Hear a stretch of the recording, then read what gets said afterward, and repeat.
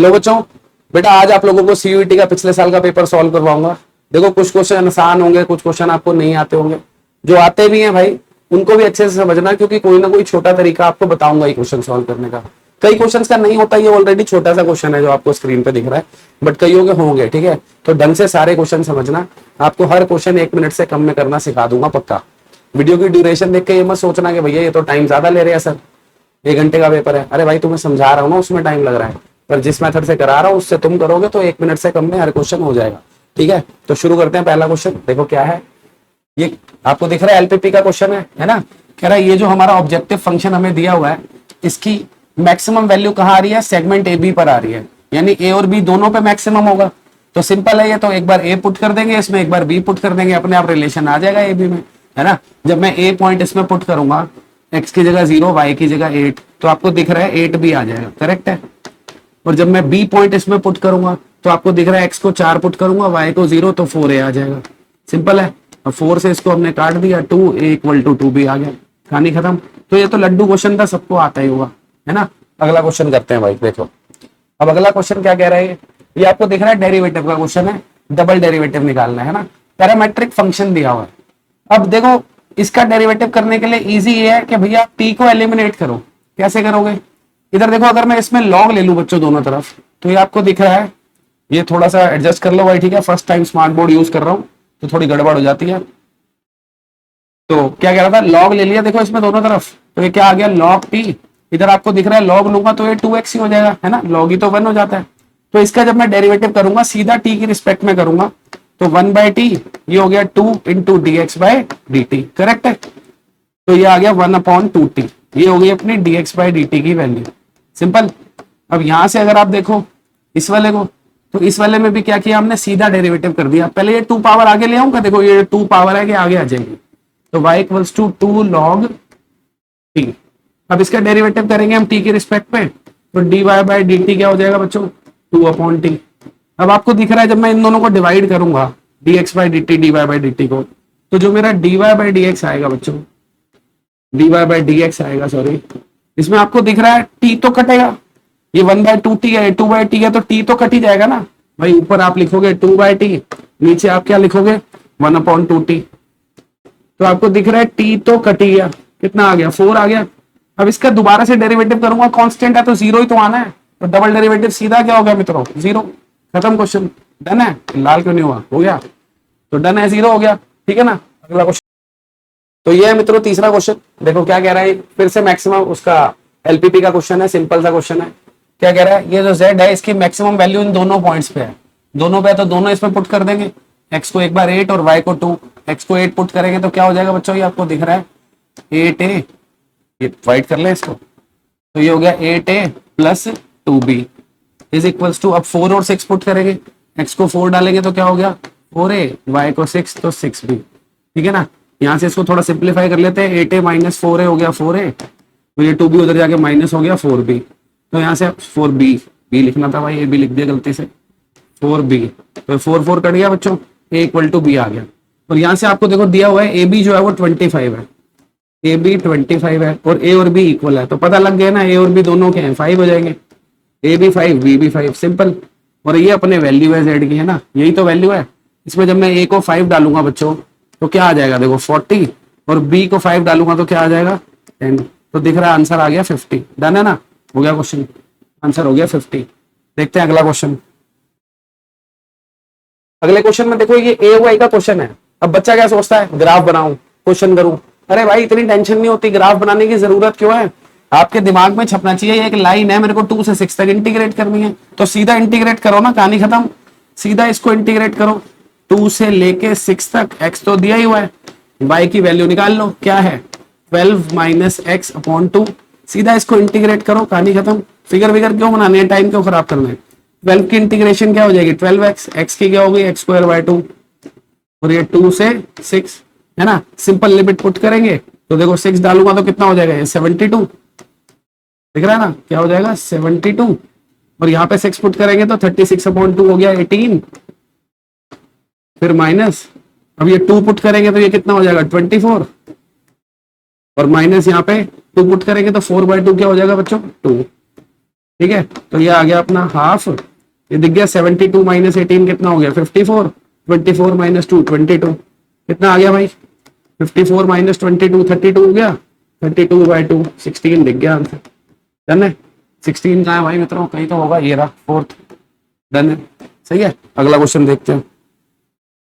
अगला क्वेश्चन देखो क्या कह रहा है, सिंपल सा प्रोबेबिलिटी का क्वेश्चन है। कह रहा है एक डाई को फेंक दिया, उसने कितनी बार दी, 3 बार फेंका है, कि नंबर अगर 4 से बड़ा है कहाँ, फर्स्ट पे और सेकंड थ्रो पे।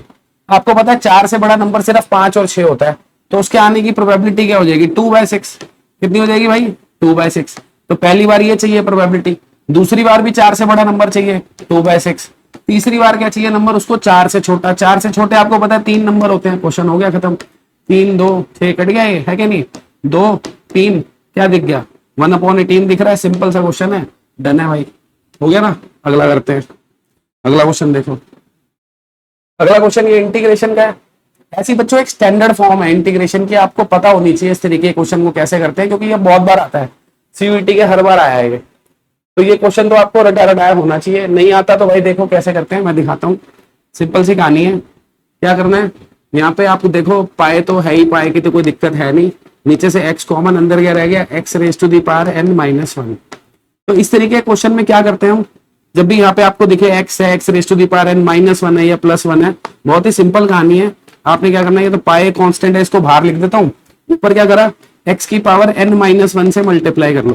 क्यों करा है, जब x⁻n-1 से ऊपर नीचे मल्टीप्लाई करूंगा तो ये x⁻n बन जाएगा, और नीचे x⁻n-1 है ही। समझ गए ना भाई क्या किया है, ऊपर नीचे x⁻n-1 से मल्टीप्लाई करा है, ताकि नीचे भी x⁻n आ जाए। अब मैं इसको टी पुट करूंगा, डेरिवेटिव ऊपर है। अब देखो ये सारे स्टेप्स हमें लिखने नहीं है, इतनी इंटीग्रेशन हमें आनी चाहिए।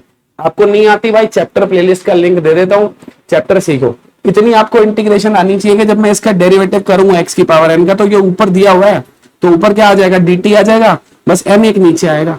तो जब मैं सब्सटीट्यूशन करूंगा तो ये π/n हो जाएगा, ऊपर तो dt हो जाएगा, और नीचे क्या आ जाएगा मित्रों, यहाँ पे देखो ये t ये भी t, तो t इंटू t-1। अब इसकी इंटीग्रेशन पार्शियल कंप्लीटिंग स्क्वायर, इतने ड्रामे नहीं करने भाई, छोटा सा क्वेश्चन है। क्या किया, ऊपर देखो 1 तो है ही, प्लस t माइनस टी कर लेता हूँ, प्लस t माइनस टी, नीचे t इंटू t-1 है ही। अब क्या करना है, अब देखो इसको मैं अलग अलग इंटीग्रेट कर दूंगा। क्या किया, एक बार t के नीचे लिख लेता हूँ, उसको लिखेगा थोड़ा सा छोटा करते हैं इसको, कैसे होगा भाई, शायद इससे हो जाएगा, नहीं हो रहा, क्या हो गया, जगह बना लेते हैं थोड़ी सी, हाँ बन गई बढ़िया। तो क्या करना है, इसको अलग अलग करना है, सिंपल सी कहानी है। एक बार इसको, ये π/n है, एक बार क्या किया t के नीचे लिख लिया इसको t/t-1 को, और क्या रह गया है कि 1 - t है, इसमें से माइनस कॉमन लूंगा तो ये भी t-1/t इंटू t-1 हो गया। यहाँ पे आपको दिख रहा है t-1 कट जाएगा, यहाँ पे dt कट जाएगा, है ना। बीच में गलती से इक्वल लगा दिया भाई, इसको हटा दे जरा, ये इरेजर से हटेगा, ठीक है। तो क्या कर रहे हैं आप, π/n, यहाँ पे दिख गया, इसकी इंटीग्रेशन क्या होगी log t-1, और इसकी इंटीग्रेशन क्या होगी भाई log t, सही है। अब इसको डिवाइड कर दो, क्या आ जाएगा log t-1/t, हो गया क्वेश्चन। t की वैल्यू तो पता ही है, x⁻n थी, तो कौन सा वाला आंसर दिख रहा है, फर्स्ट दिख रहा है मेरे को तो, है ना, डन है, हो गया। अगला करते हैं भाई। अब देखो अगला क्वेश्चन भी फिर से इंटीग्रेशन का है। अब देखो इस तरीके का क्वेश्चन जो दिखता है जनरली, अगर एक बच्चों की नजर से हम देखें तो इस क्वेश्चन को आपको सीयूटी में छोड़ देना है भाई। जो क्वेश्चन आपको लग रहा है आपसे 1 मिनट से ज्यादा खाएगा, मैं तो अभी कर दूंगा 1 मिनट में, पर आपको छोड़ देना है। वहां कौन करके आ रहा है 50 में से 50 क्वेश्चन, तो 1-2 छोड़ भी दोगे तो कोई इशू नहीं है। पता चला गलत क्वेश्चन पकड़ लिया, 4-5 मिनट खा गया तो हो गया पेपर खराब। बाकी आता है, आप श्योर हो आपको आता है तो फिर छेड़ो क्वेश्चन। अब जैसे ये क्वेश्चन मेरे को तो आता है कि नहीं, तो मैं तो छेड़ूंगा ही भाई। 1 मिनट से कम में हो जाएगा, हर क्वेश्चन हो सकता है जो दिया हुआ है, आपको बस आना चाहिए। तो नीचे देखो, इसमें क्या करेंगे भाई, इसमें मैं नीचे से ना x² कॉमन ले लूंगा। क्या कर रहा हूं, नीचे से x² कॉमन ले रहा हूं, तो 0 से 1, ऊपर as it is a - bx², नीचे से x² कॉमन लूंगा तो बाहर x⁻4 आ जाएगा। इतना तो समझ आ ही रहा है अपने आपको, है ना। तो यहाँ क्या रह जाएगा अंदर देखो, a/x² + b, समझ आ रहा है भाई क्या हुआ, ये नीचे से x² कॉमन लिया, ये स्क्वायर था इसीलिए बाहर क्या आ गया 4 आ गया।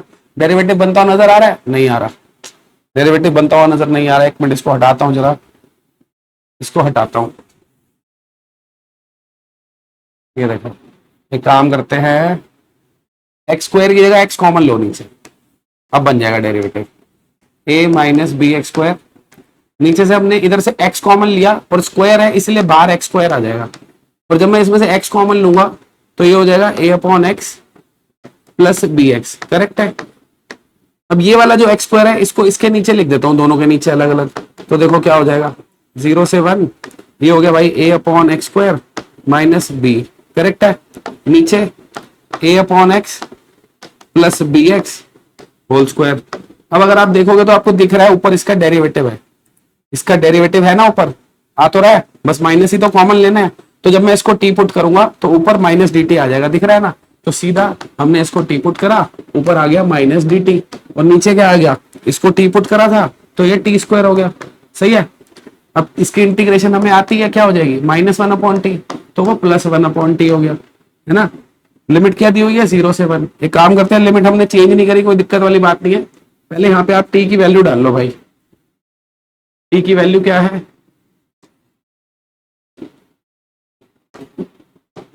लिमिट दी हुई है अपने को 0 से 1। टी की वैल्यू है मित्रों ये 1 अपॉन ये ना a by x plus B x, और इसमें जब मैं एक्स एलसीएम लूंगा तो वो ऊपर चला जाएगा, डायरेक्ट लिख दूं यहाँ पे x, नीचे क्या आ जाएगा a plus B x square. सही है। 0 से 1। अब लोअर लिमिट डालूंगा तो दिख ही रहा है 0 आएगा, अपर लिमिट डालनी है बस, तो 1, नीचे क्या आ गया a plus b. Question done हो गया भाई। तो ये हो गया अपना 4th। डन है। बढ़ते हैं अगले क्वेश्चन की ओर। तो भाई देखो अब ये क्वेश्चन क्या कह रहा है, ध्यान से क्वेश्चन पढ़ना। बच्चे ना क्वेश्चन पढ़ते नहीं ढंग से, इसको करा, इसका डबल डेरिवेटिव करना शुरू कर दिया। भाई ये पूछ रहा है कि ये जो फंक्शन है ये किसका सेकंड ऑर्डर डेरिवेटिव है, इनमें से ये किसका सेकंड ऑर्डर डेरिवेटिव है, मतलब इसमें से किसका 2 बार डेरिवेटिव करूंगा तो ये आएगा। तो सबका कर करके कोई देखूंगा, इससे बढ़िया इसकी 2 बार इंटीग्रेशन कर लो। आप क्या करो भाई, इसकी 2 बार इंटीग्रेशन कर लो, ठीक है ना। तो इसकी एक बार इंटीग्रेशन करूंगा तो क्या आएगा 5 की पावर x अपॉन log 5, सबको पता है। फिर दोबारा इंटीग्रेशन करूंगा तो क्या आएगा 5 की पावर x, नीचे एक और log 5 आ जाएगा, तो log 5 का स्क्वायर आ गया, खत्म। इसकी 2 बार इंटीग्रेशन करी ये आया, तो इसका 2 बार डेरिवेटिव करूंगा तो ये आएगा। डन है क्वेश्चन, हो गया क्या नहीं। चलो आगे बढ़ते हैं। बढ़ भाई आगे आ गया। इस क्वेश्चन में क्या कह रहा है, डिग्री ऑफ डिफरेंशियल इक्वेशन पूछ रहा है। तो ये तो आपको पता ही होगा कि भाई डिग्री बतानी है तो ये पावर जो फ्रैक्शन में है, फ्रैक्शन में नहीं होनी चाहिए, है ना। तो इसमें मैंने स्क्वेयरिंग कर ली दोनों तरफ। ये काम तो मुझे नहीं हो रहा है, बस मेरे को तो आपको लिख के दिखाना पड़ेगा ना, क्योंकि जो दिमाग में कर रहा हूँ वो तुम्हें दिखेगा थोड़ी, तुम्हें तो बोर्ड पे दिखाना पड़ेगा। तो भैया यहाँ पे मैंने स्क्वेयरिंग करी, ये इस तरीके से बन गया। अब मेरे को पूछ रहा है इसकी डिग्री क्या है, तो डिग्री हाईएस्ट ऑर्डर डेरिवेटिव की पावर है 2 है, खत्म हो गया क्वेश्चन। डन। आगे बढ़ते हैं। अगला क्वेश्चन देखो, ये तो एनसीईआरटी का क्वेश्चन है, तुम्हें रटा ही होगा यार, स्क्यू सिमेट्रिक मैट्रिक्स है। सही बात है कि नहीं। ये क्या है, स्क्यू सिमेट्रिक। जिन मेरे भाइयों को नहीं आता उनको दिखा देता हूं, इसको चेक करना है जैसे कि ये स्क्यू सिमेट्रिक है या सिमेट्रिक है या क्या है। तो ए बी माइनस बी ए का ट्रांसपोज निकाल लेते हैं। इसका ट्रांसपोज निकालूंगा, क्या आ जाएगा बच्चों, ये आ जाएगा a b transpose minus b a transpose. सही है। अब आपको पता है प्रोडक्ट में जब ट्रांसपोज अंदर डिस्ट्रीब्यूट होगा ऑर्डर रिवर्स हो जाएगा, तो ये बी ट्रांसपोज ए ट्रांसपोज और ये ए ट्रांसपोज बी ट्रांसपोज। सही है। क्वेश्चन में दिया हुआ है ए और बी सिमेट्रिक मैट्रिसेस है, यानी जो बी ट्रांसपोज है बच्चों वो बी के इक्वल हो गया, ए ट्रांसपोज ए के इक्वल हो गया। ये ए ये बी, दोनों में से माइनस कॉमन ले लेता हूं, ए बी पॉजिटिव हो गया, बी ए नेगेटिव हो गया। डन है। आ गया देखो, इसका ट्रांसपोज इसके नेगेटिव के बराबर हो गया ना, स्क्यू सिमेट्रिक। सही है ना। अगला क्वेश्चन करते हैं भाई। ये तो सिंपल प्रॉपर्टी है, आपको पता होनी चाहिए।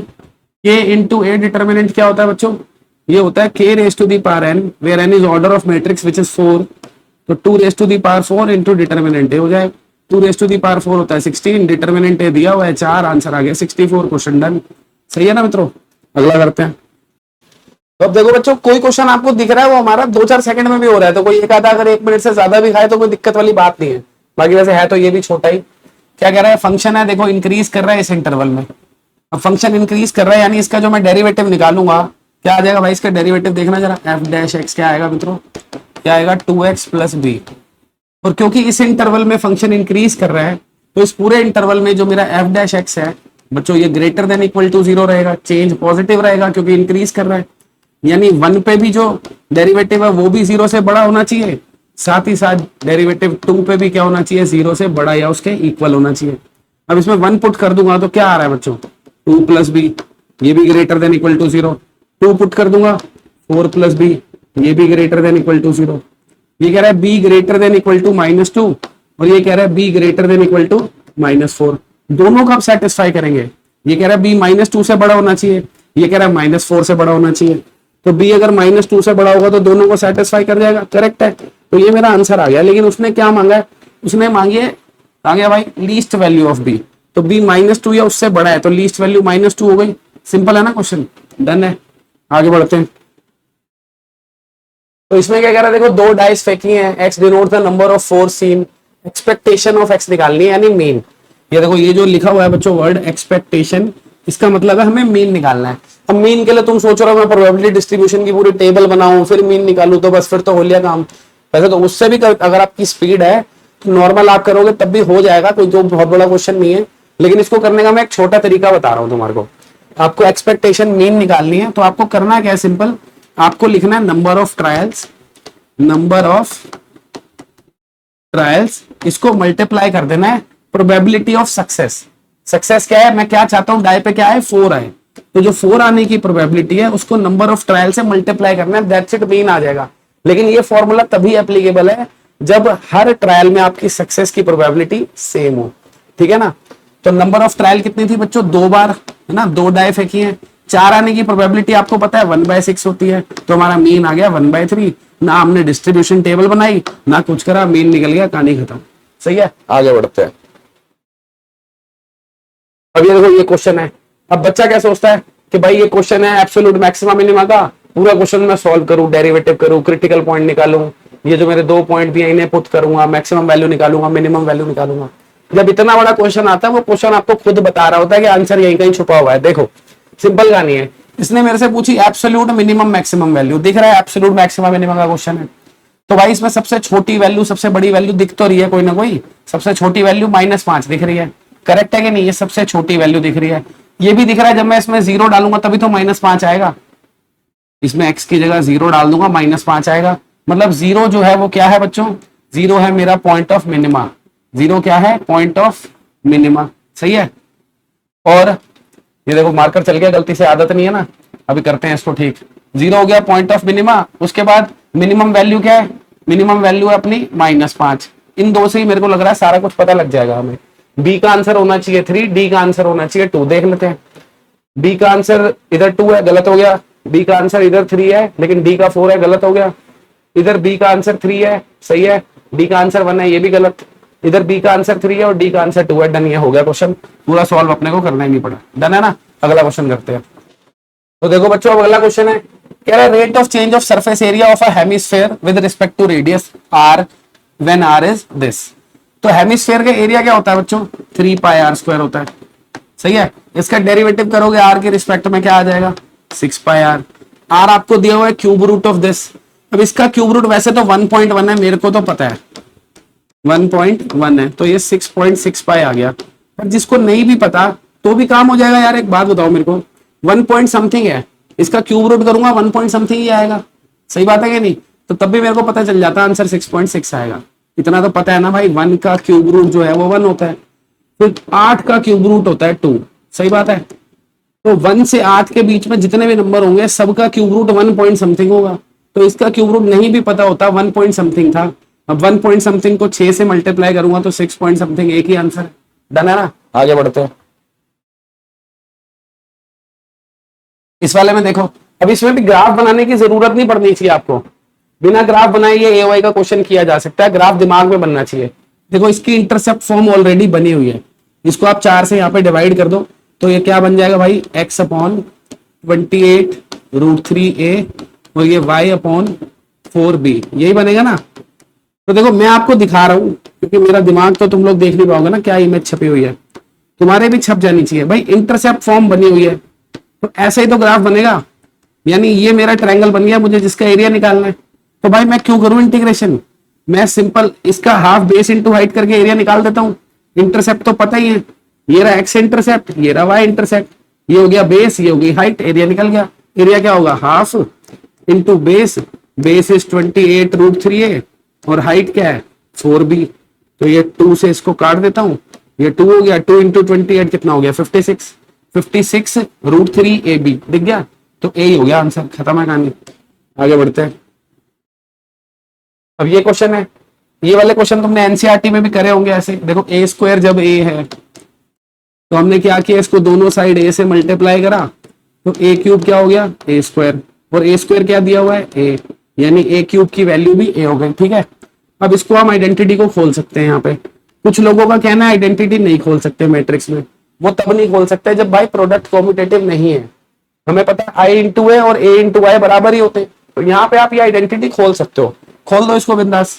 ठीक है, आइडेंटिटी को ओपन कर देते हैं।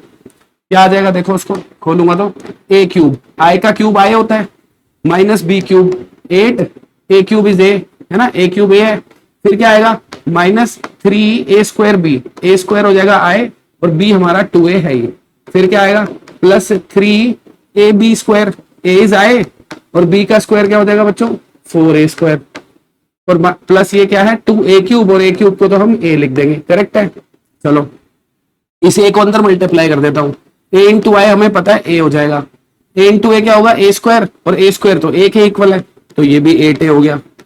ये कितना हो गया देखो 3 इंटू 2 6, आई इंटू ए हो गया ए, इस वाले ए को भी अंदर मल्टीप्लाई करूंगा ए स्क्वायर, वो फिर से हो जाएगा ए, तो 3 इंटू 2 6 और ये हो गया ए, सिंपल। फिर देखो ये ए स्क्वायर ए है, ए इंटू आई क्या होता है ए ही होता है, इस ए को अंदर मल्टीप्लाई करूंगा वो ए स्क्वायर हो जाएगा, फिर से वो ए हो जाएगा, तो 12a आ जाएगा। सही है कि नहीं है, और ये 2a।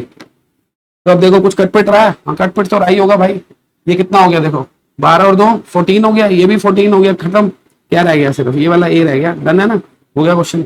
ए कहाँ है, ये है कहीं तो होगा, ये रहा, डन है। आगे बढ़ते हैं। अब अगला क्वेश्चन ये इंटीग्रेशन का है, ये भाई ये भी एनसीईआरटी का क्वेश्चन है, आपको सीधा आना चाहिए था। इसमें देखो ऊपर नीचे ई की पावर एक्स से डिवाइड कर देंगे हम, ई की पावर एक्स से डिवाइड करूंगा, ई की पावर एक्स माइनस ई की पावर माइनस एक्स, नीचे ई की पावर एक्स प्लस ई की पावर माइनस एक्स। सही है। अब देखो मैं लिमिट नहीं लिख रहा हूं, मैं क्यों लिखूं, मैं सब्जेक्टिव पेपर थोड़ी दे रहा हूँ, टाइम खराब क्यों करूंगा जो ये सारी लिमिट लिख लिख के, है कि नहीं। ये आ गया, वैसे ये भी दिमाग में छप जाना चाहिए था, क्वेश्चन पहले कर रखा है। अब इसको टी पुट करूंगा, इसका डेरिवेटिव आ जाएगा ऊपर, है ना, इसका डेरिवेटिव ऊपर है, तो log t तो हो गई इसकी इंटीग्रेशन सीधा। क्या हो गया बच्चों log t, log t, t मतलब ये e⁻x प्लस e⁻−x। अब इसको मैं अगर 1/ex लिख दूं और एलसीएम ले लूं तो ये e⁻2x प्लस 1/e⁻x आ जाएगा, करेक्ट है। अब ये प्रॉपर्टी तुम लोग को पता होनी चाहिए कि अगर कभी भी e⁻log k लिखा है तो बच्चों वो k हो जाएगा। सही बात है, क्या हो जाता है वो k। तो जब मैं इसमें लिमिट डालूंगा, देखो इसमें मेरे को लिमिट डालनी है, क्या है मेरी लिमिट log 2 से log 3। अब यहाँ पे मैं जब x की जगह log 3 रखूंगा तो वो 3 का स्क्वायर क्या हो जाएगा 9, तो 9 + 1 बन जाएगा ये, तो log 9 + 1 क्या हो गया बच्चों 10। यहाँ पे डालूंगा log 3 तो 3 आ जाएगा, वो 10/3 माइनस log, यहाँ पे क्या होगा देखो जब 2 पुट करूंगा तो e की पावर log 2 होता है, 2 का स्क्वायर क्या हो गया 4, 4 + 1 हो जाएगा बच्चों 5, और नीचे इधर log 2 डालूंगा तो सीधा 2 आ जाएगा। समझ आ गया भाई। देखो अगर ये कैलकुलेशन जो मैं मुंह जबानी कर रहा हूं तो मैं नहीं समझ में आ रही, एक बार दिखा देता हूं एक करके। जैसे ये e की पावर 2x लिखा है बच्चों, इधर मैंने क्या किया x को मैंने log 3 लिखा, तो आप देख रहे हो यहाँ पे पावर बन जाएगा, तो ये log 3² इज 9, तो ये 9 आ जाएगा ना, तो उस हिसाब से मैंने इसको 9 + 1 10 लिख दिया। अब ये log m minus log n है, तो इसको हम log m/n कर सकते हैं, तो 10/3 माइनस अपॉन 5/2 आ गया ये। सही है, तो ये 5 2 कट गया, क्या आ गया बच्चों log 4/3 दिख गया। तो कहीं पे होगा ये रहा log 4 माइनस log 3, खत्म। ठीक है, करते हैं अगला क्वेश्चन। ये देखो अब अगला क्वेश्चन क्या कह रहा है, ये कह रहा है भाई a + b + c 0 दिया हुआ है, c का मैग्नीट्यूड हमें दिया हुआ है और हमें एंगल किसके बीच में निकालना है b और c के बीच में। अब इसको आप पूरा देखो स्क्वायरिंग करोगे, मैग्नीट्यूड करके खोलोगे, बड़ा लंबा चौड़ा क्वेश्चन है ना। तो जब भी ऐसे a + b + c 0 दिया हो, इसके लिए जुगाड़ बता रहा हूं आपको, सीधा कर सकते हो आप।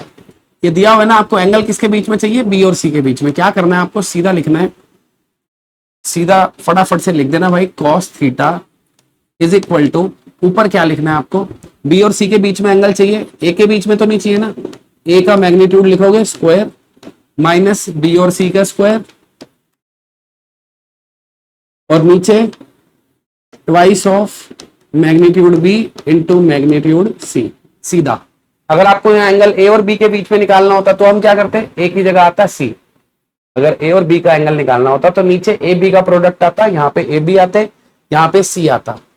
अगर एंगल बीसी के बीच में निकालना है तो नीचे क्या आया, बीसी, इधर बीसी इधर है। एसी के बीच में निकालना होता तो नीचे क्या आता, एसी, एसी इधर आता बी। समझ गए ना, सीधा निकल जाएगा एंगल, कहानी खत्म। ये बहुत जगह चल गया है, इसको जरा मैं हटा देता हूँ, ड्रामे बहुत है स्मार्ट बोर्ड के भाई। चलो इसमें वैल्यू डालते हैं कॉस थीटा। तो मैग्नीट्यूड ए और बी कहाँ है भाई, ए और बी यूनिट वेक्टर है ना, तो मैग्नीट्यूड ए और बी तो 1 ही हो गए। सी का मैग्नीट्यूड 2 है, उसका स्क्वायर हो गया 4। नीचे बी का मैग्नीट्यूड 1 है भाई, सी का मैग्नीट्यूड 2 है, दिख गया ना क्या आगे देखो, 1 और 1 कट गया, 4/4 क्या हो गया -1। कॉस -1 कब होता है, 180 डिग्री पे। क्वेश्चन खत्म, डन है कहानी, है ना। अगला क्वेश्चन करते हैं। ये क्या कह रहा है क्वेश्चन देखो, अब ये कंटिन्यूटी डिफरेंशिएबिलिटी की कहानी है, तो मैं इन सबको चेक थोड़ी करूंगा कहाँ कंटिन्यूअस है कहाँ नहीं है, कहाँ डिफरेंशिएबल है कहाँ नहीं है, सीधा देख लूंगा। सीधा इसको पढ़ता हूँ, यही आंसर बता देगा कौन सा वाला सही है। पहले वाले को पढ़ता हूँ, क्या कह रहे हैं। ए जो है, ए का 1 है, ये ए है, ये 1 है। आपको पता है ये जो मॉड फंक्शन होता है अपनी 0 पे डिफरेंशिएबल नहीं होता, ना ये 1 पे डिफरेंशिएबल है ना 2 पे है। पर ये क्या कह रहा है, डिफरेंशिएबल है सब जगह 0 के अलावा। गलत कह रहा है, तो पहला ऑप्शन तो भाई गलत हो गया हमारा। पहला ऑप्शन क्या हो गया बच्चों, गलत। इस पे तो काटा मार दो, यानी ए का 1 नहीं हो सकता, तो दूसरा ऑप्शन भी गलत हो गया। ए का 2 है, ये तो पता लग गया ए का 2 है, क्योंकि दोनों में ए का 2 है तो कनेक्ट ही कर देता हूं। ए का 2 है, कहानी खत्म। बी को पढ़ते हैं, बी का 1 है कि 4 है, उसी से पता लग जाएगा। बी में क्या कह रहा है ये, एक्स मॉड एक्स है ना, एक्स माइनस मॉड एक्स। एक बार इसने इसको 1 से कनेक्ट किया, 1 से करता हूं। देखो इसका हमें पता है मॉड एक्स है, मॉड एक्स 0 के अलावा सभी जगह डिफरेंशिएबल होगा, क्योंकि 0 पे क्या होता है, डिफरेंशिएबल नहीं होता। कंटिन्यूअस तो सब जगह होता है। तो बी का 1 सही लग रहा है, पर क्या 2 भी सही हो सकता है। बी का और क्या करा है इसने, 4 करा है, 4 हो सकता है क्या, कह रहा है ये डिफरेंशिएबल है 1 पर। हाँ 1 पर डिफरेंशिएबल तो है, ये 1 पर डिफरेंशिएबल है, 0 पर डिफरेंशिएबल नहीं है। तो बी के लिए तो दोनों ही बातें सही बैठ रही है। तो भैया आप सी से पता चलेगी कहानी, सी पे आ जाते हैं। अच्छा सी में दोनों में 3 है तो मैं चेक ही नहीं करता, क्योंकि सी का 3 है पता लग गया। डी से पता लग जाएगी अब बात। डी पे आ जाओ, डी में क्या कह रहा है, एक बार डी का 4 कह रहा है, एक बार 1 कह रहा है। डी का 1 हो सकता है क्या, ये देखो एक्स मॉड एक्स। बच्चों एक्स मॉड एक्स का अगर आप ग्राफ बनाते हो तो ये कुछ ऐसा बनता है ना, 2 पैराबोला बनते हैं। तो ये तो कर्व कहीं पे भी शार्प टर्न नहीं ले रही, तो ये तो हमेशा डिफरेंशिएबल है। और ये क्या कह रहा है, 0 पे डिफरेंशिएबल नहीं है, गलत कह रहा है। मतलब डी का आंसर क्या होना चाहिए, 4। डी का आंसर होना चाहिए 4। तो डी का 4 किस में है, 3rd में है ना, तो हो गया बस, यही सही है, खत्म है कहानी, डन है। तो अपना आंसर हो गया 3। बढ़ते हैं आगे। अच्छा ये क्वेश्चन करते करते देखो मैंने गड़बड़ कर दिया, ये स्मार्ट बोर्ड पहली बार चला रहा हूँ ना, इसलिए ड्रामे हो जाते हैं थोड़े से। देखो मैं बोल रहा हूँ ए का आंसर 2 है, मार्क कर दिया मैंने यहाँ पे 3, कनेक्ट इसको 3 से कर दिया। 2 है ना, वो तो मार्क तो यहाँ कर ही दिया, चल जाएगा ना। चलो आगे बढ़ते हैं। अब देखो ये क्वेश्चन है भाई, डिफरेंशियल इक्वेशन का क्वेश्चन है। अबे 4 डिफरेंशियल इक्वेशन कौन सॉल्व करेगा। इस तरीके क्वेश्चन आएगा तो शायद आपका एक से ही काम हो जाए, या मैक्सिमम 2 से, चारों नहीं करनी पड़ेगी सॉल्व, ठीक है ना।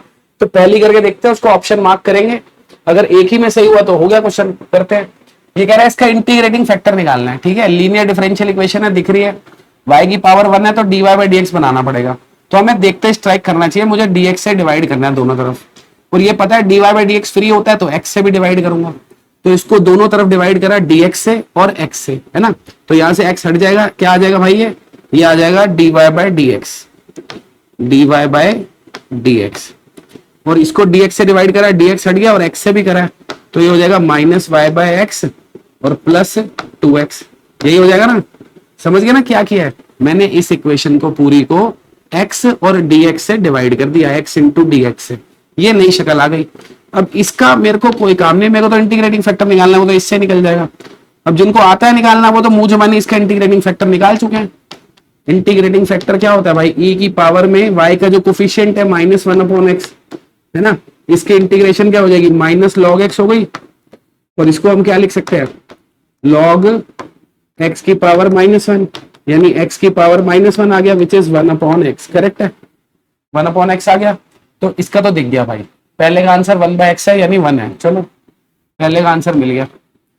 तो ए का 1 है, यानी मेरा ये दोनों ऑप्शन तो गलत हो गए मेरे को, लेकिन ए का क्योंकि 2 में 1 है तो बी का भी करना पड़ेगा। चलो बी को सॉल्व कर लेते हैं। अब बी वाला भी लीनियर डिफरेंशियल इक्वेशन है, इसमें भी y की पावर 1 है तो dy बाई डी एक्स बनाना है ना, तो इसमें भी क्या करते हैं x dx से दोनों तरफ डिवाइड कर देते हैं। अब इसमें x dx से दोनों तरफ डिवाइड करेंगे मित्रों, तो नई शक्ल क्या बन जाएगी हमारी, ये आ जाएगा 2x, ये आ जाएगा -3y बाई एक्स, और इधर आ जाएगा dy बाई डी एक्स। समझ गए ना क्या किया है, दोनों तरफ डिवाइड कर दिया dx और x से, ये आ गया। अब ये उधर चला गया तो 2x equals to dy by d x plus 3y by x.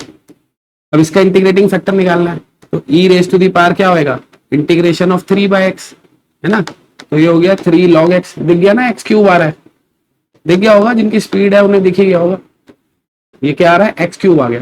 तो ये b का आंसर है 4 भाई, b का आंसर है 4। क्या है b का आंसर 4, बी का आंसर 4 है सेकेंड ऑप्शन में, खत्म। आगे दोनों सॉल्व करने की जरूरत नहीं है, आगे बढ़ते हैं। अब ये क्वेश्चन है रटा रटा एनसीईआरटी का क्वेश्चन है, ये आपको पता ही होगा, 1 1 भी है 1 2 भी है, पता है भाई। ये देखो ना भाई इवन है, जब मैं इसमें इवन डालूंगा तो आंसर हमेशा ऑड आएगा, और इसमें ऑड डालूंगा तो आंसर हमेशा क्या आएगा, इवन। तो हर एक की डिस्टिंक्ट में जाएगी, इसलिए 1 1 है। फिर उसके बाद क्या है, इवन से ऑड आ रहा है, ऑड से इवन, तो हर एक की प्री इमेज भी है, ऑन टू भी है, ऑन टू भी है, 1 1 भी है। ये इन्वर्टेबल तुम्हारे सिलेबस से कट चुका है वैसे, देखो ये 1 1 यानी इंजेक्टिव है, ऑन टू यानी सर्जेक्टिव है, इन्वर्टेबल तुम्हारे सिलेबस से कट गया। फिलहाल के लिए मान लो जो 1 1 ऑन टू होता है वो इन्वर्टेबल भी होता है। तो ये तीनों है, यानी ए सी और डी इसका आंसर है। हाँ भाई 4 डन है, आगे बढ़ते हैं। अब ये क्वेश्चन है, ये क्वेश्चन भी मुंह जबानी आपसे हो जाना चाहिए अगर आपको प्रॉपर्टीज ऑफ डेफिनेट इंटीग्रल आता है। बहुत ही सिंपल सा क्वेश्चन है, देखो साइन कॉस में इसको कन्वर्ट कर दूं मैं, अगर क्या किया, इसको मैंने कॉस अपॉन साइन लिखा, इसको 1 अपॉन साइन और एलसीएम ले लिया, तो आपको दिख जाएगा ये आ रहा है लिखने के बाद sine x minus cos x upon नीचे क्या आ जाएगा 1 plus sine x into cos x. अब आपने इंटीग्रेशन की प्रॉपर्टी पढ़ी हुई है, 0 टू a जब भी दिया होता है हम x की जगह क्या लिख सकते हैं, a माइनस एक्स। तो अगर मैं इधर x की जगह a माइनस एक्स लिखूंगा यानी पाई बाय 2 माइनस एक्स, तो sine pi by 2 minus x क्या बन जाएगा बच्चों, cos x. Cos pi by 2 minus x क्या बन जाएगा, साइन एक्स। दिख गया होगा, दिखने वालों को यही आंसर दिख गया होगा, ये बन जाएगा कॉस और ये बन जाएगा साइन। और जब मैं इन दोनों को ऐड करूंगा तो देखो ऊपर साइन से साइन कट जाएगा, कॉस से कॉस क्या आ जाएगा, 0। तो इंटीग्रल क्या है, सीधा अपना 0, खत्म हो गया क्वेश्चन, डन है ना। आगे बढ़ते हैं। अब ये आ गया क्वेश्चन, देखो प्रोबेबिलिटी डिस्ट्रीब्यूशन का क्वेश्चन है, पूरा कोई सॉल्व करूंगा, के निकालूंगा, सारी प्रोबेबिलिटी निकालूंगा, मीन भी पूछा हुआ है। इतना काम करना नहीं होता है, क्योंकि 4 चीजें सॉल्व करके फिर आंसर ढूंढूंगा तो हो लिया पेपर। तो पहले एक चीज करूंगा, क्या पता एक से ही आंसर आ जाए, के निकालता हूं। आपको पता है सभी प्रोबेबिलिटीज का सम क्या होता है भाई, 1 होता है। तो ये देखो इन सबको ऐड करूंगा तो क्या दिख रहा है, 6 के आ रहा है, 6 के इक्वल टू 1। तो के क्या हो गया बच्चों, 1/6। के 1/6 कहाँ है, यानी ए का हो गया 4 अपना, ए का हो गया जी 4, ए का 4। ओए वाह मजे आ गए, तो ए का 4 एक में ही है, खत्म, आगे बढ़ो, डन है ना। देखो ऐसे टाइम बच जाता है। बच्चे क्या करते हैं, पूरा क्वेश्चन सॉल्व करने बैठ जाते हैं, पहले एक स्मार्ट बैच करा ले भाई, क्या पता काम हो जाए। अब ये है, ये तो प्रॉपर्टीज ही पूछ रहा है भाई, आपको याद होनी चाहिए, इसमें मैं क्या बताऊंगा, आपको प्रॉपर्टीज याद होनी चाहिए। देखो पहला प्रॉपर्टी है, सही है, दूसरा कोई प्रॉपर्टी तो नहीं है ना। तीसरे में क्या कह रहा है, ए इंटू एडजॉइंट ए क्या होता है, डिटर्मिनेंट ए इंटू आई होता है, सही है, ये तो प्रॉपर्टी सही है। तो ए और डी सही है, क्या कह रहा है, हमें बताना है कौन कौन से सही है। हाँ करेक्ट, ए और डी सही है, हो गया, ठीक है।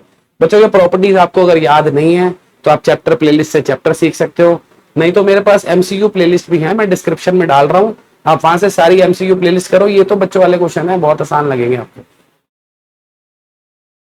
तो देखो भाई अगला क्वेश्चन क्या है, ये इसमें क्या कह रहा है, ये मैट्रिक्स दी हुई है, बताना है क्या है। देखो ये स्केलर है, हाँ है, क्योंकि डायगोनल के एलिमेंट सेम है, बाकी 0 है, तो ए तो सही है भाई, ए तो सही है। और क्या पूछ रहा है, स्क्यू सिमेट्रिक मैट्रिक्स है, स्क्यू सिमेट्रिक में तो डायगोनल 0 होता है, तो हो कैसे हो जाएगी। डायगोनल मैट्रिक्स है, बिल्कुल है, क्योंकि डायगोनल के अलावा सब 0 है। क्या सिमेट्रिक है, बिल्कुल है भाई, इसका ट्रांसपोज इसी के बराबर तो आएगा। तो आंसर क्या है, ए बी और डी। कहाँ है भाई ए बी और डी, ढूंढो ढूंढो ढूंढो, पहला ही है, चलो हो गया, डन है। अगला क्वेश्चन करते हैं। इसमें कह रहा है कि ये ग्राफ दिया हुआ है, ये भाई ये थोड़ा दिख नहीं रहा होगा, इसको थोड़ा सा काम करते हैं, छोटा कर लेते हैं, ऑप्शन नहीं दिख रहे होंगे ना, अब दिख जाएंगे। तो क्या कह रहा है, देखो ये जो हमें इक्वेशंस दी हुई हैं, इन इक्वेशंस में से कौन से वाला रीजन जो है सही है, ए बी सी या डी। तो देखो पूरा हमें चेक करने की जरूरत नहीं होती, सिंपल है। एक इक्वेशन है, पहली को पकड़ो, इसका इंटरसेप्ट फॉर्म दिख रहा है ना, ये एक्स को 20 पे काटेगा, वाई को 80 पे, एक्स को 20 पे वाई को 80 पे। तो कौन सी वाली लाइन है ये वाली है ना, ये लाइन है, ये जो लाइन दिख रही है जो मैंने मार्क करी है। अब इस लाइन में ग्रेटर का साइन है ना, जीरो से अपोजिट जाएगा ये, यानी इसके ऊपर होनी है शेडिंग। अब इसके ऊपर होगी तो बी या सी में से कोई सही आंसर है, ठीक है। दूसरी को पकड़ते हैं, ये लाइन कैसी है, ये लाइन है एक्स को 115 पे काट रही है, एक्स को 115 पे कौन सी लाइन काट रही है भाई, ये वाली काट रही है, ये वाली लाइन है। और इस वाली में भी ग्रेटर का साइन है, तो अवे फ्रॉम ओरिजिन होगा, यानी इसके भी ऊपर होगी शेडिंग, तो इसके इधर इसके ऊपर आंसर हो गया सी, खत्म क्वेश्चन, सही है। अगला करते हैं, ये देखो ये पैराबोला का क्वेश्चन है, कह रहा है एरिया निकालना है। सिंपल आपको दिख रहा है जो पैराबोला है वो कैसा है, सिमेट्रिकल अलोंग वाई एक्सिस है, वाई की पावर 1 है, ये हमारा पैराबोला है। ये पेन लाल हो जाता है अपने आप, कोई बात नहीं। y इक्वल टू 4 की लाइन है, ये अपनी लाइन हो गई। अब हमें ये एरिया निकालना है। वैसे तो सीधा आप इंटीग्रेशन से निकालोगे तो भी कोई बहुत लंबा नहीं है, और उससे भी छोटा तरीका मेरे पास है। जब भी ऐसे पैराबोला दिखे और आपको सीधा लाइन दिख रही है, आपने यूं एक रेक्टेंगल बनाना है, बना लोगे। आपको दिख रहा है, देखो ये कितना है बच्चों, 4 है, यानी ये जो मेरी लेंथ हो गई ये 4 हो गई। ये पॉइंट आप निकाल सकते हो कैसे, देखो आपको y की वैल्यू 4 पता है, इसमें डाल दो, इसमें आप y को 4 डालोगे तो 4x² इक्वल टू 4, x² के आ गया बच्चों 1, x की वैल्यू आ गई +-1। तो ये वाला पॉइंट मेरे को 1 मिल गया, इतना डिस्टेंस 1 हो गया, ये भी 1 है, तो पूरा डिस्टेंस क्या हो गया 2। अब आपसे कोई पूछे इस रेक्टेंगल का एरिया क्या है, तो आप बोलोगे बेस इंटू हाइट इंटू 4, कितना होता है 8 होता है। तो जब भी ऐसे आपको क्वेश्चन दिखे, जब एक पैराबोला और एक स्ट्रेट लाइन है उसके बीच का एरिया चाहिए, सिंपल ये रेक्टेंगल का एरिया निकाला करो और उसको 2/3 से मल्टीप्लाई कर दो, 2/3 इंटू रेक्टेंगल का एरिया, आपका ये वाला एरिया निकल के बाहर आ जाएगा। ये इसकी शॉर्ट ट्रिक है, प्रॉपर इंटीग्रेशन से भी कर सकते थे तुम, लेकिन ये बहुत छोटा तरीका है। ये सारे काम मुंह जबानी हो रहे थे, अगर आप देखो आपको पहले से पता हो अगर करने हैं तो। वो तो मैं तो आपको लिख के दिखा रहा हूँ कि मेरे को पॉइंट चाहिए था, मैंने सीधा y की वैल्यू डाल के x निकाल लिया, एक रेक्टेंगल बना, उसका एरिया निकाल लिया बेस इंटू हाइट से। अब जब भी ये होगी फिगर, जब भी ये फिगर होगी, कितना ही मोटा पतला पैराबोला हो, रेक्टेंगल का एरिया निकालो, उसको 2/3 से मल्टीप्लाई करो, एरिया आ गया, कहानी खत्म। नहीं तो आप इंटीग्रेशन करके निकालते तो कैसे निकालते, सिंपल है, 0 से 4 तक इंटीग्रेशन कर लेते, 0 से 4 तक है ना, y एक्सिस पे लिमिट ली है तो वैल्यू y के टर्म्स में वहां x की क्या निकल जाती, देखो ये आती √y/2, ठीक है ना। ये आप इंटीग्रेशन करते, इससे आपको सिर्फ ये एरिया मिलता, तो इसको ट्वाइस भी करना पड़ता, तो यहां से आप इंटीग्रेशन करके भी निकाल सकते थे, वो भी कोई ज्यादा बड़ा नहीं था। अगला करते हैं, ये तो बहुत सीधा क्वेश्चन दिख रहा है, बहुत ही सीधा क्वेश्चन है। ये जो 2√x है, इसको दोनों के नीचे अलग अलग लिख देता हूं, इसको दोनों के नीचे अलग अलग लिखूंगा तो क्या आ जाएगा भाई, 2 से 2 कट जाएगा, x/√x है वो √x हो गया, इधर लिखूंगा तो 1/2√x है। तो ये दिख गया ना, एक हमारे बाय पार्ट्स पे टाइप होता था, ये fx है और ये क्या है बच्चों, f'(x) है।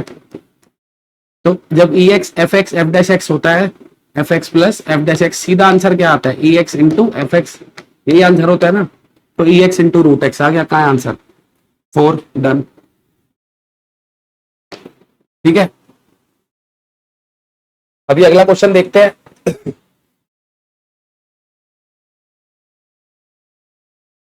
तो अब देखो भाई ये कंटिन्यूटी का क्वेश्चन है, ठीक है। तो इसमें क्या लिमिट विमिट के चक्कर में नहीं पड़ना है भाई, कंटिन्यूअस है, सीधा पाई पे, इसमें पाई डालो इसमें पाई डालो, बराबर रख दो, खत्म। ऊपर वाले में पाई डाला, क्या आ गया k इंटू पाई, ये लाल कैसे हो जाता है बार बार, k इंटू पाई +1, इसमें भी पाई डाला, कॉस पाई होता है -1, k पाई आ गया -2, k आ गया -2/पाई, क्वेश्चन खत्म। सही है भाई। ये लिमिट्स कंटिन्यूटी के क्वेश्चन जो है ना, कंटिन्यूटी डिफरेंशियबिलिटी के, अगर आप चाहते हो इनमें आपकी स्पीड थोड़ी सी बढ़िया हो जाए, प्लेलिस्ट का लिंक है डिस्क्रिप्शन में, वहां से एमसीक्यू करो, आपको बहुत तरीके आ जाएंगे क्वेश्चन को छोटे तरीके से करने के, काफी सारे मेथड्स आपको पता लग जाएंगे, ठीक है। अगला क्वेश्चन देखते हैं। ये क्या क्वेश्चन है, देखो 2 मैट्रिक्स मल्टीप्लाई करनी है, ट्रांसपोज करना है। जब बच्चे ऑप्शन पढ़ते नहीं है, मल्टीप्लाई करने बैठ जाते हैं, तो पूरी मल्टीप्लाई करने की जरूरत ही नहीं है, थोड़ा सा दिमाग लगाओगे अगर तो आपको दिख जाएगा। बस मेरे को देखो, इसको मैं इससे मल्टीप्लाई करूंगा, मेरी फर्स्ट रो पता लग रही है क्या आ रहा है, -2 +4 -1, फिर उसका ट्रांसपोज करना है, तो ये कॉलम बन जाएगा, -2 4 -1 एक ही जगह पे है, ये रहा -2 4 -1 हो गया ना। पूरा क्यों मल्टीप्लाई करना है, टाइम बचाओ ना भाई। अगला देखो, ये क्वेश्चन है, अब इसको तो पहले सिंप्लीफाई करना ही पड़ेगा, डिटरमिनेंट को एक बार कर लेते हैं। इसको फर्स्ट रो के अलोंग एक्सपैंड कर रहा हूं, ठीक है, फर्स्ट रो के अलॉन्ग 1 1 प्लस कॉस स्क्वायर, फिर माइनस कॉस, और ये माइनस कॉस प्लस कॉस 0 हो गया, बढ़िया। फिर 1, ये कॉस स्क्वायर प्लस 1, ठीक है भाई। Cos square plus 1 cos square plus 1 add हो गया, क्या आ गया, twice of 1 plus cos square. तो twice of 1 plus cos square आ रहा है, मतलब ए तो नहीं है आंसर, ए तो नहीं है ना। ए नहीं है तो ए वाले सारे ऑप्शन काट दो, क्वेश्चन हो गया। ये लो, ए वाले सारे ऑप्शन काट दो, हो गया। सॉरी, ए वाला कौन सा काटना था, मैंने गलत काट दिया ना। ये ए वाला ऑप्शन था 2, ये काट दो, काट भाई इसको, हो गया, डन है ना। बाकी फिर भी पूरा आपको देखो, अगर क्वेश्चन आप चाहते हो आता हो, बाई चांस कहीं और भी होता तो आसान क्वेश्चन है, कुछ नहीं है। ये 1 प्लस कॉस स्क्वायर था, इस कॉस स्क्वायर को क्या लिखा हमने, 1 माइनस साइन स्क्वायर। तो ये 1 प्लस 1 कितना हो गया, 2 2 माइनस साइन स्क्वायर, सही है। देखो बी वाला आ गया ना। अब इसकी मैक्सिमम मिनिमम वैल्यू निकालनी है, तो कोई मुश्किल बात थोड़ी है। देखो कॉस स्क्वायर है, आपको पता है कॉस स्क्वायर की वैल्यू क्या होगी, 0 से 1, यही होगी ना कॉस स्क्वायर की वैल्यू। यहाँ 0 डालूंगा तो क्या हो जाएगा, 1 इंटू 2 2, और 1 डालूंगा तो 2 इंटू 2 4, तो वैल्यू 2 से 4 आ रही है, 2 और 4 ये भी सही है दोनों, ठीक है ना। अगला करते हैं। अब ये क्वेश्चन है, देखो इस क्वेश्चन में अब ये क्या है, हमें दिख रहा है मैक्सिमम मिनिमम वैल्यू पूछ रहा है, क्रिटिकल पॉइंट पूछ रहा है, इतना सब कुछ पूछ रहा है। ये सब करूंगा तो टाइम तो लगेगा, स्पीड है तो नहीं लगेगा वैसे टाइम, पर बच्चे के हिसाब से हम देखेंगे उसे टाइम लगेगा। कोई नहीं, करते हैं। देखो सबसे पहले तो इसका डेरिवेटिव तो निकाल ही लेता हूँ। इसका डेरिवेटिव क्या आएगा बच्चों, दिख रहा है हमें, cos x आ जाएगा, और इसका क्या आएगा, -2 sin 2x, तो 2 और 2 कट जाएगा, माइनस साइन 2x आ गया, करेक्ट है। तो डेरिवेटिव कौन सा है बच्चों, ध्यान से सुनना जो बातें बता रहा हूँ। डेरिवेटिव ए है, मतलब ए तो सही है। इधर देखो ए सब में है क्या, नहीं है, फोर्थ खत्म हो गया। और जिन सब में ए है उनमें बी भी है, तो मुझे ये खुद ही बता रहा है कि बी भी सही है। वाह, मजे आ गए, ये तो क्रिटिकल पॉइंट निकालने भी नहीं पड़े, तो बी भी सही है इसका मतलब। तो मेरे क्रिटिकल पॉइंट है π/6 और π/2। अब मेरे को क्रिटिकल पॉइंट को फंक्शन में पुट ही तो करना है। जब मैं इसमें π/6 पुट करूंगा, cos π/6 की वैल्यू क्या होती है बच्चों, cos 30 डिग्री की वैल्यू क्या होती है, cos 30 डिग्री की वैल्यू होती है √3/2, सही है। cos 30 डिग्री की वैल्यू होती है √3/2। मैक्सिमम मिनिमम वैल्यू पूछ रहा है, अच्छा मैक्सिमम मिनिमम पूछ रहा है तो डेरिवेटिव में थोड़ी पुट करेंगे, फंक्शन में पुट करेंगे ना, फंक्शन में करते हैं। इसमें π/6 डालेंगे, sin 30 की वैल्यू क्या होती है बच्चों, हाफ होती है। इसमें डालेंगे तो ये cos 60 बन जाएगा, उसकी वैल्यू भी हाफ होती है, हाफ इंटू हाफ क्या हो गया, 1/4। तो ये आंसर हमें दिख गया 3/4, सही है, 3/4। तो मैक्सिमम वैल्यू इज 3/4। डी भी सही है, डी भी सही है भाई, कहाँ है डी, फर्स्ट में है, हो गया काम खत्म, क्वेश्चन हो गया। ए बी सी भी हो सकता था क्या, अच्छा सी भी तो चेक कर लो एक बार, कर लेते हैं भाई। सी में क्या है, मिनिमम वैल्यू 2 कह रहा है, कोई नहीं π/2 डाल के देख लेते हैं। π/2 इसमें डालूंगा sin 91 हो जाएगा, और cos 90 क्या होता है मित्रों, cos 90, यहाँ पे 90 π/2 डालूंगा, पाई बन जाएगा -1, 1 माइनस हाफ, हाफ आएगा, गलत है, ये तो गलत ही है सी। तो आंसर हमारा ए बी डी है, डन है, ठीक है। अगला क्वेश्चन करते हैं। कह रहा था direction cosine of line which is perpendicular to this and this, ठीक है ना, इसके इन दोनों के जो परपेंडिकुलर हो। तो कुछ बच्चे क्या करते हैं, क्रॉस प्रोडक्ट निकालने बैठ जाते हैं, क्योंकि दोनों के परपेंडिकुलर चाहिए। अरे ऐसा कुछ नहीं करना भाई, सबसे पहले तो ये जो नीचे का 3 दिख रहा है ना, इसको काटो, ये तुम्हें तंग कर रहा है, इसको हटाओ। अब बस आपने देखना है जो इन दोनों के परपेंडिकुलर हो, तो बस क्या करो, इससे डॉट प्रोडक्ट निकाल लो सभी का, जिसका 0 आएगा वही आंसर है। और बाई चांस एक से ज्यादा का 0 आ गया तो इससे भी निकाल लेंगे, सही है ना, परपेंडिकुलर है तो डॉट प्रोडक्ट 0 आएगा। तो पहली वाली से डॉट प्रोडक्ट निकालूंगा, देखो 1 इंटू 2 2, -1 इंटू 2 -2, सॉरी +2 हो गया, क्या हो गया 2, फिर आ गया +2, सही है ना, और फिर आ गया -4, 0 आ गया, परपेंडिकुलर है। इससे भी आ रहा है क्या 0, देखो 0, ये हो गया -2 और ये हो गया +2, इससे भी 0 आ रहा है, 0 -2 +2। अब दोनों से ही इसका प्रोडक्ट 0 आ रहा है, तो दोनों के परपेंडिकुलर है ना, हो गया क्वेश्चन खत्म, बढ़ो आगे। तो अब देखो ये क्वेश्चन है, प्रोबेबिलिटी का क्वेश्चन है, सिंपल सा है ना। फिर वही जैसे अभी के वाला करा था वैसे सी वाला है, तो पहले सी की वैल्यू निकाल लेता हूँ, क्या पता प्रोबेबिलिटी निकालनी ना पड़े। तो सभी प्रोबेबिलिटीज का सम क्या होता है बच्चों, 1 होता है। पहली प्रोबेबिलिटी क्या है मेरी, 0.1। दूसरी क्या है भाई, देखो x को 1 डालूंगा c हो जाएगा ये। तीसरी क्या है, x को 2 डालूंगा 2c हो जाएगा। अगली क्या है भाई, x को यहाँ पे 3 डालूंगा 2c हो गया। उससे अगली क्या है, 4 डालूंगा c हो गया, है ना। तो इन सभी का सम हो जाएगा 1। तो दिख रहा है 6c इक्वल्स टू 0.1, उधर जाके माइनस हुआ 0.9, सी क्या दिख गया 0.15, सी कहाँ है भाई, ये रहा सी का आंसर दिख गया 0.15। तो मतलब ए का 4 होना चाहिए, ए का 4 इधर नहीं है, इधर नहीं है, इधर भी नहीं है, इधर है, बस हो गया ना क्वेश्चन, टाइम बच गया, खत्म। सारे कोई करूंगा सॉल्व, आगे बढ़ते हैं। इसमें देखो डेरिवेटिव निकालना है, बहुत सिंपल क्वेश्चन है, क्योंकि ये आपको सीबीएसई में भी बहुत इंपॉर्टेंट बताया जाता है क्वेश्चन। तो इसमें क्या करते हैं, एक्स को अकेला कर लिया आपने, इसको नीचे ले आए है ना, साइन ए प्लस वाई को। अब इसका डेरिवेटिव y के रिस्पेक्ट में कर दो, थोड़ा आसान हो जाएगा।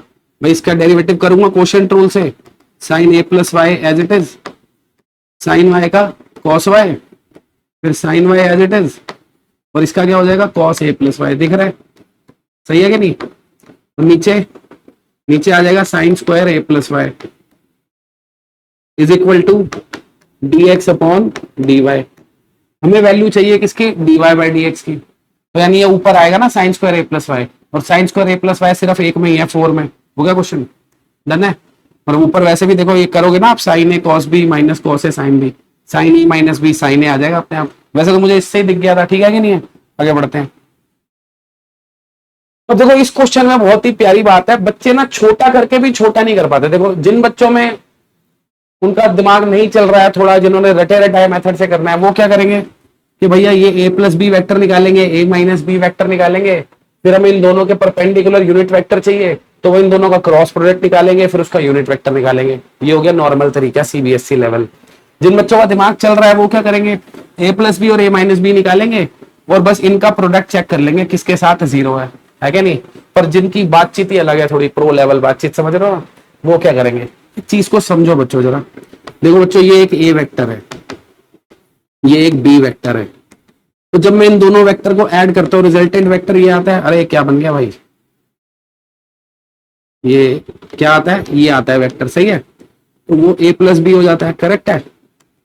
ऐसे मैं यहां बनाता हूं तो वो b माइनस ए बन जाता है, आपको पता है।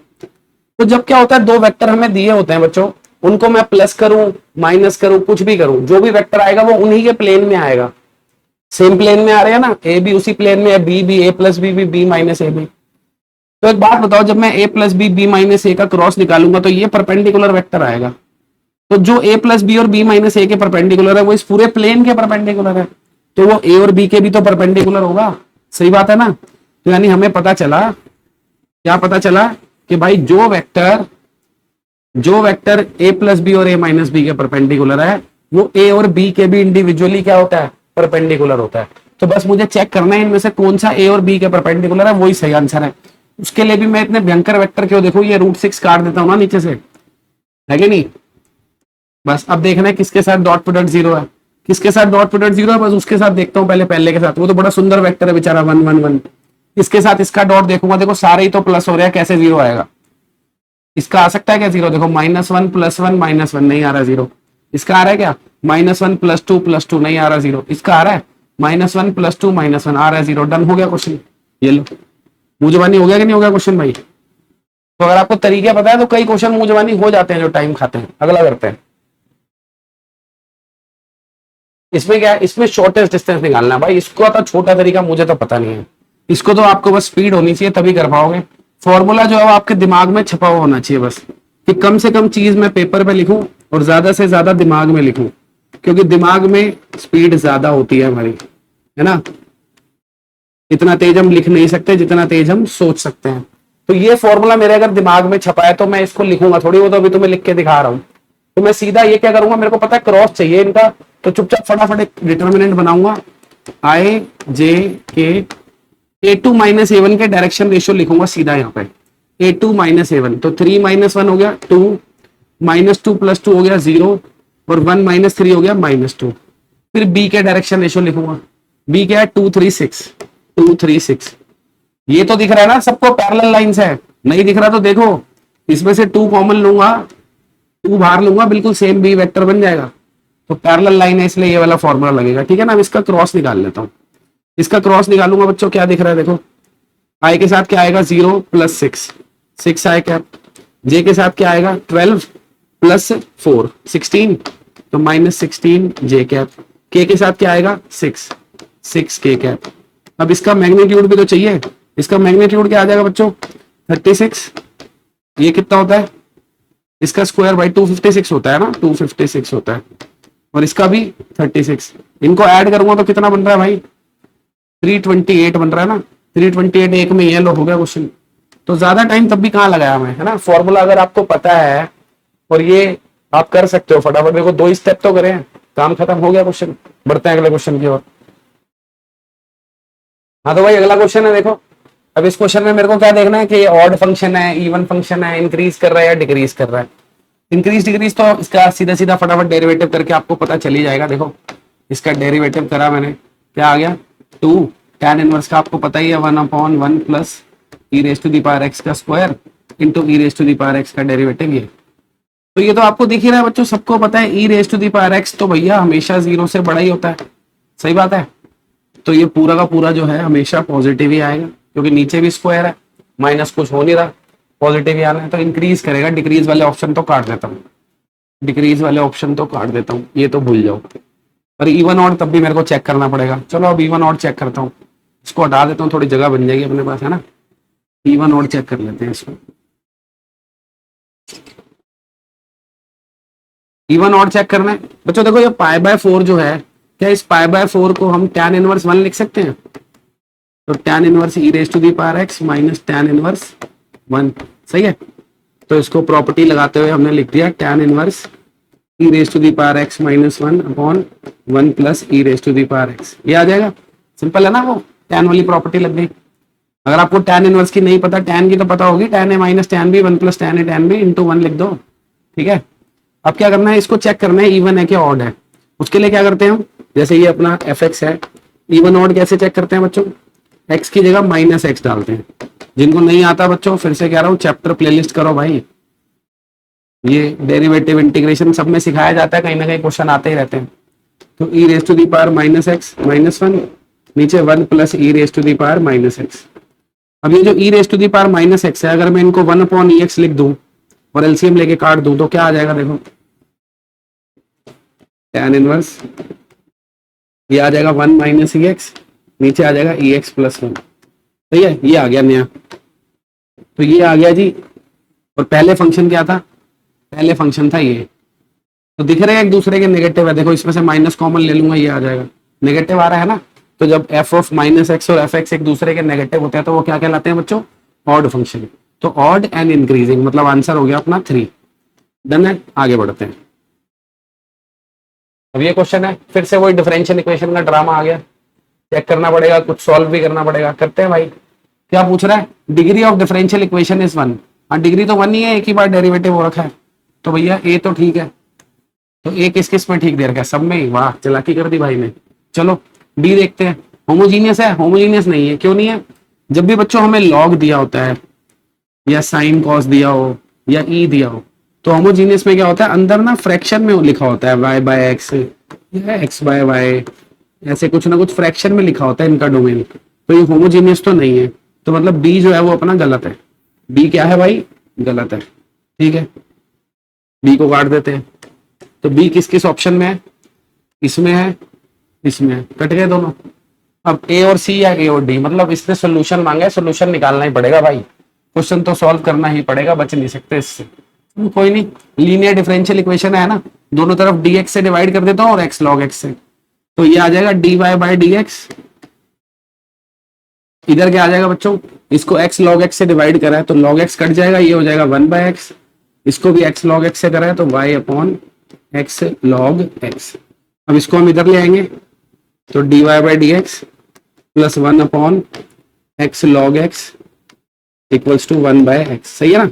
अब आप इसका इंटीग्रेटिंग फैक्टर निकाल सकते हो, इंटीग्रेटिंग फैक्टर, तो वो हो जाएगा E raise to the power 1/x log x का इंटीग्रेशन। अब इतना इंटीग्रेशन तो भाई आपको मुंह जबानी आना चाहिए कि हम यहाँ log x को टी पुट करेंगे, ये उसका डेरिवेटिव है, तो 1/t की इंटीग्रेशन log t हो जाएगी, तो log ऑफ log x आ जाएगा, करेक्ट है। तो अब ये हमारा इंटीग्रेटिंग फैक्टर आ गया log x, सही है। बच्चों इतना भी आपको नहीं आता है तो आपको चैप्टर प्लेलिस्ट देखने की जरूरत है भाई, चैप्टर सीखो। इंटीग्रेटिंग फैक्टर आ गया, अब सॉल्व कैसे करेंगे, सॉल्व करने के लिए क्या करते हैं, log x into y is equal to log x जो हमारा इंटीग्रेटिंग फैक्टर है, इंटू ये जो सामने फंक्शन दिया हुआ है 1 बाय एक्स, सही है। अब ये 1 बाय, अब आपको इसको इंटीग्रेट करना है तो log x को t पुट करोगे, डेरिवेटिव दिया हुआ है क्या नहीं, t dt आ जाएगा और इंटीग्रेशन t स्क्वायर बाय 2 हो जाएगी। तो आंसर आ गया log x का स्क्वायर अपॉन 2 प्लस c, और इक्वल में क्या है हमारे पास ये y log x। देखो ऐसा ही कोई आंसर होना चाहिए, कहाँ है भाई। अच्छा 2 को यहाँ ले आए, 2y log x और log x का स्क्वायर, हाँ ये रहा आंसर, सही है ना, c हो गया, डन है, c हो गया भाई। तो a और c सही है, 1 डन है। अगला करते हैं, कह रहा दे रहा 2 बैग्स, एक बैग में इतनी बोला, दूसरी बैग में इतनी बोला, एक बैग से बोल निकाली, ये सब तरह दिख रहा है, बेस थ्योरम वाला क्वेश्चन है ना। तो वो फॉर्मेट से बना लेते हैं अपना, जैसे हम बेस थ्योरम का क्वेश्चन करते हैं कि एक बैग है, बैग 1 को सिलेक्ट करने की प्रोबेबिलिटी क्या है बच्चों, बैग 1 तब सिलेक्ट किया जा रहा है जब डाई पे नंबर 3 से डिविजिबल है, 3 से डिविजिबल डाई पे 2 ही नंबर होते हैं, यानी जो प्रोबेबिलिटी होगी वो 2/6 हो गई, 1/3। तो बैग 2 सिलेक्ट करने की क्या होगी बच्चों, 2/3। अब वो कह रहा है कि बॉल निकाली और बॉल जो है वो ब्लैक नहीं है, मतलब व्हाइट है ना, सिंपल। तो इस बैग से व्हाइट निकलने की प्रोबेबिलिटी देख लो क्या है, पहले बैग से व्हाइट निकालने की प्रोबेबिलिटी है 4/10 और दूसरे बैग से व्हाइट निकालने की प्रोबेबिलिटी है 5/10। सही है कि नहीं है, 5/10 है, क्या है भाई ये, चलो 5/10। अब क्या पूछा हमसे कि बॉल तो व्हाइट आ गई, इसकी क्या प्रोबेबिलिटी है, बैग 2 से है, तो बेस थ्योरम लग गई ना, ऊपर ये हमारा फेवरेबल हो गया 2/3 इंटू 5/10 और नीचे जो है वो टोटल आ जाएगा क्या, 2/3 इंटू 5/10 प्लस 1/3 इंटू 4/10। 30 तो एलसीएम आगे कट गया, ठीक है कि नहीं है, ऊपर 2 इंटू 5 हो गया 10 और नीचे 10 प्लस 4 14, ठीक है, 5/7 दिख गया, खत्म हो गया भाई क्वेश्चन। 5/7 ही नहीं है कहीं पे, 5/7 कैसे नहीं है कहीं पे भाई, गड़बड़ कर दी क्या कुछ ना कुछ। 10 14, ठीक है, क्वेश्चन पढ़ ले एक बार, क्या था, बैग 2 वाली ऊपर मांग रहा था, बॉल सही पड़ी है बिल्कुल, 4 और 6, तो व्हाइट होने की इसमें 4/10 है, उस वाली में व्हाइट होने की 5/10 है, नंबर डिविजिबल बाय 3 हो तो 1/3, बैग 1 और बैग 2 सही है। गड़बड़ कहाँ कर दिया भाई, गड़बड़ तो नहीं करी कहीं भी लग रहा है मुझे। 30 14 5/7, अच्छा बैग 2 से ना हो, मैंने क्वेश्चन ठीक नहीं पढ़ा, ये कह रहा है बैग 2 से ना हो, मैंने बैग 2 की निकाल दी, मुझे बैग 1 से निकालनी चाहिए थी, कोई बात नहीं, बैग 2 की आ गई 5/7 तो बैग 1 की 2/7 हो जाएगी। वैसे मेरे को डायरेक्ट बैग 1 की निकालनी चाहिए थी, मैंने क्वेश्चन थोड़ा ठीक से नहीं पढ़ा, ठीक है ना, ये चीजें तुमसे भी होंगी पेपर में, थोड़ा ध्यान रखना भाई। अगला देखो, कह रहा है इसमें से कौन सी इस लाइन की डायरेक्शन रेशियो नहीं हो सकती। सबसे पहले तो भाई ध्यान देंगे, ये गड़बड़ बहुत करते हैं बच्चे, ये क्वेश्चन स्टैंडर्ड फॉर्म में नहीं है, ऊपर देखो 2-y लिखा हुआ है, होना चाहिए था y-2, और जब मैं इसको y-2 करूंगा तो नई डायरेक्शन रेशियो क्या बनेगी बच्चों, वो बनेगी 2 -3 और -1, तो ये हमारी इस लाइन की डायरेक्शन रेशियो हो गई, ठीक है भाई, ये आपको दिखना चाहिए कि ये स्टैंडर्ड फॉर्म में नहीं था, इसको मैंने y-2 करा तो ये -3 हो गया। अब बच्चों लाइन की डायरेक्शन रेशियो जो भी होंगी इनमें से वो इसी के प्रोपोर्शनल होंगी, तो एक चीज तो सिंपल है भाई कि साइन जो है वो इन दोनों के सेम होंगे और इसका अलग होगा, इन दोनों के सेम होंगे और इसका अलग होगा। अगर मैं इनको किसी नेगेटिव नंबर से भी मल्टीप्लाई करूंगा तो ये सेम ही तो रहेंगे, ये पॉजिटिव हो जाएगा, ये नेगेटिव, तो बस आप यही देख लो कि भैया इन दोनों के साइन सेम और इसका अलग। इधर देखो, सही है, सही है, इधर देखो भाई, इधर क्या है, सही है क्या, इन दोनों के सेम है और इसका अलग है, बिल्कुल सही है। इधर आ जाओ, इधर क्या है 2 3, इन दोनों का साइन सेम हो गया जो कि नहीं होना चाहिए था। इधर इन दोनों का साइन सेम है, ये भी सही है, तो ये सही है, ये वाला गलत है। उसने कौन सा मांगा था, जो गलत है, थर्ड वाला ही गलत है, सिंपल सीधा पता लग गया है ना। आगे बढ़ते हैं, अच्छा जी, ये हमें देना है एलपीपी दी हुई है, उसका ग्राफ बताना है कौन सा सही है, तो बहुत ही आसान काम हो गया भाई, बहुत ही आसान काम है। देखो ये कैसी लाइन है, एक्स वाई को 10-10 पे काट रही है ना, और ये कैसी लाइन है, ये 25/2 12.5 पे काटेगी, तो एक लाइन 10-10 पे काटेगी ऐसे बनेगी, एक 12.5 पे काटेगी, लाइनें तो ऐसे ही बनेगी। इस वाली के क्या होगा, देखो सिंपल है, अगर आप खुद भी बनाते, ये 10 वाली लाइन होती है, 12.5 वाली लाइन होती, इसमें ग्रेटर है, इसके ऊपर शेडिंग होगी, इसमें लेस है, इसके नीचे होगी, कहाँ दिख रहा है, ये रहा थर्ड, डन है। आगे बढ़ते, ये तो एनसीईआरटी का क्वेश्चन है, करा ही होगा भाई, क्या कह रहा है, लाइन अगर पैरेलल होंगी तो ही सेटिस्फाई करेगी, है ना, दो लाइन का पेयर तब बनेगा जब वो पैरेलल होंगी, तो हर लाइन खुद के पैरेलल होती है, रिफ्लेक्सिव है अगर ए लाइन बी के पैरेलल है तो बी ए के पैरेलल होगी, सिमेट्रिक है। ए बी के पैरेलल है बी सी के, तो ए सी के पैरेलल होगी, ट्रांजिटिव है। तीनों है ना, तीनों होता है तो क्या बोलते हैं, इक्विवेलेंस। हमें तो एक ही ऑप्शन टिक करना है, तो सबसे बढ़िया ऑप्शन कौन सा है हमारा, इक्विवेलेंस। कुछ बच्चे कहते हैं सिमेट्रिक मार्क कर देता हूं, अरे भाई तो ये रिफ्लेक्सिव और ट्रांजिटिव भी तो है, सब है, तो आपको क्या मार्क करना है, इक्विवेलेंस। आगे बढ़ते हैं। इसमें क्या कह रहा है, ये तो 10th का क्वेश्चन है। लीप ईयर है, लीप ईयर में आपको पता है 366 डेज होते हैं, सही बात है। इसको हम लोग 7 से डिवाइड करते हैं, वाइट हो जा भाई, तो 52 हो जाता है ना। रिमेनिंग डेज क्या आ जाते हैं हमारे, 2 आ जाते हैं। तो 53 ट्यूसडे होने की प्रोबेबिलिटी क्या आ जाती है, 2/7। इसने नहीं होने की पूछी है ना, तो वो क्या हो जाएगी, 5/7। डन है क्वेश्चन, डन है। आगे बढ़ते हैं। कह रहे हैं इन दोनों लाइंस के बीच में एंगल निकालना है, ठीक है भाई, निकाल देते हैं। एंगल निकालने के लिए क्या करते हैं हम, कॉस थीटा, ऊपर क्या आता है, ए डॉट बी, इन दोनों का डॉट करूंगा, 1 इंटू √3 - 1, √3 - 1 हो गया। फिर 1 इंटू दिस, ये हो गया -√3 - 1। फिर -2 इंटू -4, ये हो गया +8। नीचे क्या आता है, नीचे इसका मैग्नीट्यूड आएगा भाई, इसका मैग्नीट्यूड क्या आएगा, √3 - 1 का स्क्वायर। इधर इसको √3 + 1 का स्क्वायर लिख दूं क्या भाई। एक बात बताओ ना, दोनों में से माइनस कॉमन लूंगा, स्क्वायर में तो वो प्लस ही हो जाना है। अगला क्या है, 4, और फिर इसका मैग्नीट्यूड 1 + 1 + 4 √6 आ गया, ठीक है। इधर देखो √3 कट गया, और ये 8 - 2 ऊपर आ गया 6। नीचे देखो a - b होल स्क्वायर है, a + b होल स्क्वायर है, तो 2ab तो कट जाएगा, इतना तो दिख रहा है। a स्क्वायर यहाँ होगा, दोनों जगह होगा, तो 2a² हो जाएगा ना, 2 इंटू a² यानी 3, और b² भी दोनों जगह होगा, 2b², तो 2 इंटू 1 हो जाएगा वो, और +16 भी है, और ये √6 भी है। इससे तो इसको काट ही देता हूं, ऊपर √6 रह गया, ठीक है। क्या आ गया बच्चों, √6, और नीचे कितना हो गया भाई, ये 6 और 2 8, 8 और 16 24। 24 कितना होता है बच्चों, √6 हो जाता है। तो हमारा √6 और √6 कट गया, 1/2 आ गया। cos 1/2 कितने डिग्री पे होता है भाई, 60 डिग्री पे होता है। कहाँ है 60 डिग्री, π/3। डन है, चलो आगे बढ़ते। ये तो बहुत सिंपल क्वेश्चन है, सीधा डॉट मार दो भाई। क्या आ जाएगा, magnitude a² minus magnitude b² is equal to 27। A है ट्वाइस ऑफ बी, तो ये यहाँ पे रखूंगा, तो 4 इंटू मैग्नीट्यूड b² हो गया, minus magnitude b² equals to 27। तो 3 into magnitude b² equal to 27। तो मैग्नीट्यूड b कितना आ गया बच्चों, ये 9 हो गया ना, तो मैग्नीट्यूड b आ गया हमारा 3। पूछा किसका मैग्नीट्यूड है, उसने b का ही पूछा है, 3। चलो हो गया क्वेश्चन, आगे बढ़ते हैं भाई। हाँ, तो ये क्वेश्चन भाई थोड़ा दमदार है। मेरी एडवाइस यही है कि सीयूईटी में अगर आपको ऐसा कोई क्वेश्चन आ गया तो आपको उसको छोड़ देना चाहिए, अपना टाइम नहीं खराब करना चाहिए। अगर आप पहले नहीं कर रखा आपने, तो मैं करके दिखा देता हूँ फिर भी। देखो, इसको मेरे को सॉल्व करके बताना है, इसके जो रूट्स आ रहे हैं वो रियल है नहीं है, कोई पॉजिटिव है कोई नेगेटिव है, क्या है, तो सॉल्व करना पड़ेगा क्वेश्चन। इसको 1/3 लिख के एलसीएम लेके ऊपर ले जा सकता हूँ। तो ये हो गया बच्चों tan inverse 2 × 3x upon 1 plus 3x, सही है। और इसको भी बच्चों मैं tan इनवर्स कर दूं अगर, तो ये पलट जाएगा 3x + 1 अपॉन 3, सही है कि नहीं। अब ये 3x को मैं y लिख रहा हूं for better understanding, 2y plus upon 1 + y equal to क्या आ गया, y + 1 अपॉन 3। एक क्वाड्रेटिक इक्वेशन बनते हुए दिख रही है, तो दिख रहा है आंसर 2 तो आएंगे भाई, कोई बात नहीं। 6y और ये y² + 1 + 2y, तो यहां से क्या आ गया बच्चों, y² - 4y + 1 इक्वल टू 0। तो मिड टर्म स्प्लिट तो हो नहीं रही अपनी, नहीं हो रही ना मिड टर्म स्प्लिट, तो अब इसको हम कैसे निकालेंगे, इसको हम क्वाड्रेटिक फॉर्मूला से निकालेंगे।